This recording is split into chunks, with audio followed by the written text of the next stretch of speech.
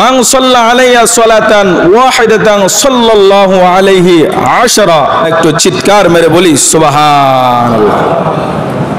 আল্লাহর হাবিব রাহমাতুল লিল আলামিন বলেন, কোন ব্যক্তি যদি আমি রাসূলুল্লাহ সাল্লাল্লাহু আলাইহি সাল্লামের উপরে একবার দরুদ শরীফ পাঠ করে, আল্লাহ সুবহানাহু ওয়া তাআলা তার আমল নামার মধ্যে 10টি নেকি দান করবে। একটু জোরে বলি সুবহান।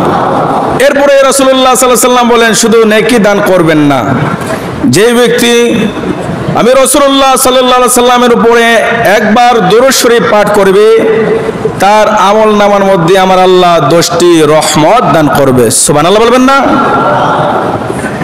কয়টা হইল? 2টা। 10টি নেকি দান করবেন এবং 10টি রহমত দান করবেন। রাসূল বলেন, এখনো শেষ হয় নাই। যে ব্যক্তি আমি সরকারে দুজাহান মুহাম্মদুর রাসূলুল্লাহ সাল্লাল্লাহু আলাইহি সাল্লামের উপরে একবার দরুদ শরীফ পাঠ করবে, আল্লাহ সুবহানাহু ওয়া তাআলা তার আমল নামা হইতে 10টি গুনাহ কাটিয়ে দিবেন। একটু জোরে বলি সুবহানাল্লাহ। এবার বুঝে থাকলে বলুন, মুসলমান দরুদ শরীফের মধ্যে ফজিলত আছে না নাই? আর জোরে বলুন, আছে না নাই?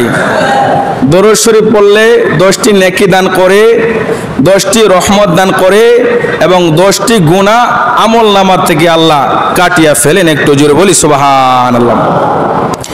এই জন্য আমরা যদি বেশি বেশি করে দরুদ শরীফ পাঠ করতে পারি, আল্লাহ সুবহানাহু ওয়া তাআলা আমাদের আমল নামার মধ্যে এরকম নেকি দান করবে। যদি বলি সাল্লাল্লাহু আলাইহি ওয়াসাল্লাম, সাল্লাল্লাহু আলাইহি ওয়াসাল্লাম, এটা তো একটা দরুদ শরীফ। আল্লাহুম্মা সাল্লি আলা মুহাম্মাদি ওয়া আলা আলি মুহাম্মাদ কামা সাল্লাইতা আলা ইব্রাহিম ওয়া আলা আলি ইব্রাহিম ইন্নাকা হামিদুম মাজিদ, এটা একটা দরুদ শরীফ। ছোট্ট একটা জিনিস আমল করলে আল্লাহ সুবহানাহু ওয়া তাআলার কাছে অনেক বড় হয়ে দাঁড়ায়। একটু জোরে বলি সুবহানাল্লাহ।